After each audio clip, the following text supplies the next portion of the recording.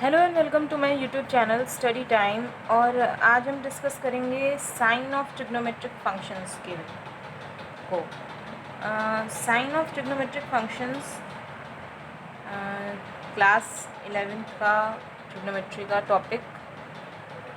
इसमें मैं आपको कुछ स्मार्ट तरीके बताऊंगी जिससे कि आपको इसमें क्वाड्रेंट में ये जो है different first second third fourth और ये जो कार्टेशियन प्लेन है इसमें किस तरीके से डिफरेंट ट्रिग्नोमेट्रिक फंक्शंस जो हैं, हमारे 6 ट्रिग्नोमेट्रिक फंक्शंस जो होते हैं, जो आपने ऑलरेडी क्लास 10th में पढ़ रखा है, उनको अब क्वाड्रेंट वाइज हम किस तरीके से उनके साइन को असाइन करते हैं, ये चीज़ें हम आज पढ़ेंगे साइन ऑफ ट्रिग्नोमेट्रिक फंक्शंस में। और मैं आपको कुछ तरीके बताऊंगी जिससे कि आपको जो है साइन को समझने में आसानी होगी। तो देखिए दोस्तों, जो हमारा जो कार्टेशियन प्लेन है, इसमें जो पहला क्वाड्रेंट है हमारा एक्स ओ वाई, इसमें जो हमारे 6 ट्रिग्नोमेट्रिक फंक्शंस होते हैं, sine, cos, tan, cot, cosec and sec, जो हमारे 6 हैं वो हमारे फर्स्ट क्वाड्रेंट में क्या होंगे? पॉजिटिव होंगे।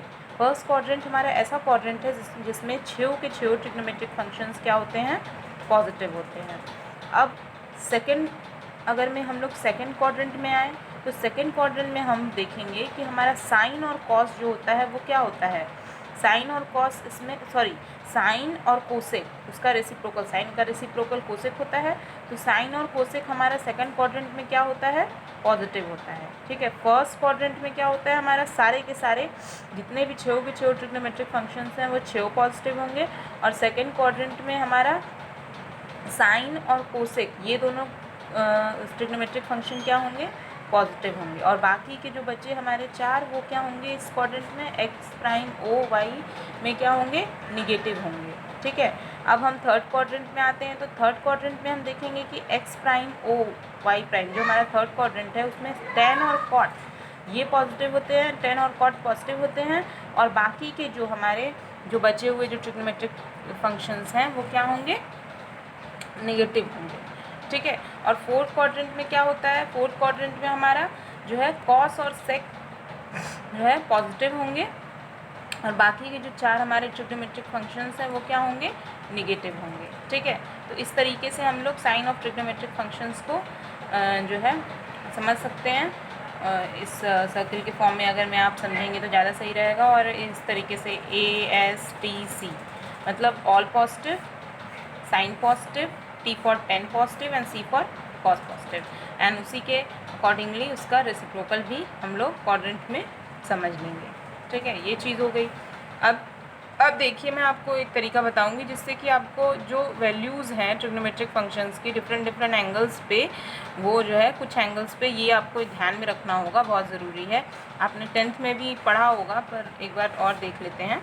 तो ये चीज़ जो है ये आपको रिमेंबर करना ज़रूरी है। तो इस तरीके से आप रिमेंबर करेंगे, जो मैं तरीका बता रही हूँ, तो उससे ज़्यादा सही रहेगा। देखिए, sine 0, sine π/6, sine π/4, sine π/3, sine π/2, sine pi, sine pi 3π/2, 2π। ठीक है। देखिए, पहले हम लोग ये π/2 तक देखते हैं। पहले तो साइन 0 हमारा क्या है? 0 है। साइन π/6 1/2 है। साइन π/4 1/√2 है। इस तरीके से है। अब देखिए कॉस में, देखिए ये साइन में आप देख रहे हैं इस तरीके से। ठीक है। कॉस में क्या होगा? जस्ट इसका ये जो ऐसे हो रहा है जस्ट उल्टा हो जाएगा। देखिए साइन π/2 यहाँ पे क्या था? 1 था। तो कॉस π/2, कॉस 0 हमारा क्या हो जाएगा? 1 हो जाएगा। ठीक है। इसी तरीके से यहाँ पे क्या है? साइन π/3 हमारा √3/2 था। तो साइन कॉस π/6 हमारा क्या हो जाएगा? √3/2। अब साइन π/4 और कॉस π/4 की वैल्यू क्या होती है? 1/√2 ही होती है। ठीक है। साइन π/3 की वैल्यू क्या हो जाएगी? 1/2। साइन π/2 की वैल्यू 1 एंड कॉस π/2 की वैल्यू 0। इस तरीके से ये देखिए, ये 0 से 1 इसी तरह से, तो जस्ट इसका ऑपोजिट हो जाता है यहाँ पे इस ऑर्डर। अब आपको साइन कॉस पता है तो आप 10 उसके अकॉर्डिंगली ऑलरेडी निकाल लोगे। साइन अपॉन कॉस जो है क्या होता है? 10 होता है। ठीक है। तो इस तरीके से आप ऑलरेडी आसानी से 10 निकाल सकते हो। साइन कॉस आपको पता रहेगा तो आप 10 अपने आप निकाल लोगे। ठीक है। तो ये हो गया। और देखिए हमारा जो ये साइन पाई की वैल्यू, साइन पाई की वैल्यू क्या होती है, 0 होती है। 3π/2 की वैल्यू क्या होती है, -1 होती है।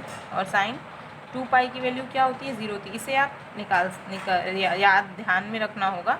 और ये मतलब अभी मैं एक पीरियोडिक फंक्शन करके एक टॉपिक है वो भी डिस्कस करूँगी, तो इससे भी आपको कुछ क्लियर होगा। और जो है हमारी ये जो वैल्यूज़ हैं ये आपको ध्यान में रखनी होंगी, जिससे कि आपको आगे क्वेश्चन सॉल्व करने में प्रॉब्लम ना हो। तो ये इस ट्रिक से जो मैंने अभी आपको बताई, उससे आप अगर मैं इसको रिमेंबर करने की कोशिश करोगे तो आपको आसानी पड़ेगी। ठीक है दोस्तों। अब देखिए नेक्स्ट थिंग जो मैं डिस्कस करने जा रही हूँ वो है पीरियोडिक फंक्शंस। पीरियोडिक फंक्शंस क्या होते हैं, देखिए पीरियोडिक फंक्शंस क्या होते हैं। A function f(x) is said to be periodic if there exist constant real number p such that f(x + p is equals to f(x) for all x। देखिए कोई भी फंक्शन है उसमें हम लोग अगर मैं एक कांस्टेंट रेशियो में कोई एक कांस्टेंट एक ऐसा रियल नंबर हो जो कि जिसमें हम लोग उस फंक्शन में ऐड करें तो हमें जो है वही एक वापस हमें वो फंक्शन